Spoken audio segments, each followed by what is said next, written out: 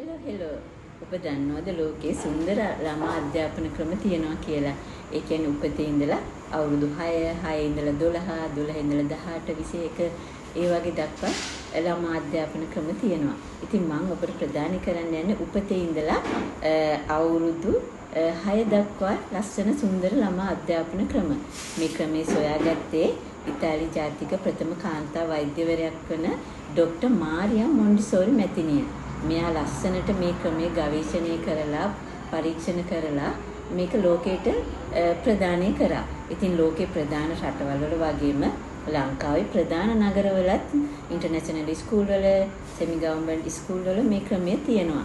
ඉතින් ලංකාවෙත් රජයෙන් මේ අධ්‍යාපන ප්‍රතිසංස්කරණය කරන්න ඕන කියලා අපිට නිතරම මේ මාධ්‍යයෙන් ඇහෙන වචනයක්.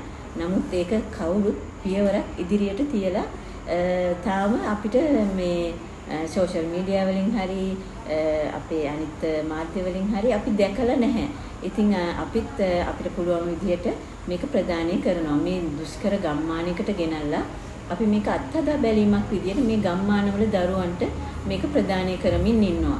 දරුවන්ට විතරක් නෙමෙයි දෙමාපිය ආච්චිලාට සීයලාට දරුවෝ බලාගෙන ඉන්න නැන්දලාට මාමලාට මේ මුළු මහත් සමාජයටම මේක අවශ්‍යයි. මොකද දරුවෝ එක්ක ඉදිරියට මේ ලෝකේ යනවා නම් ඒ මුළු සමාජෙම පොඩි දේවල් දැනගන්න ඕනි.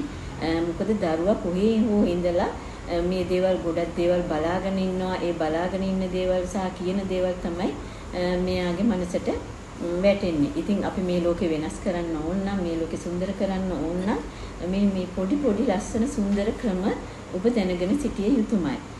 ඉතින් මම පියවරෙන් පියවර මේවා ඉදිරිපත් කරන්නම්.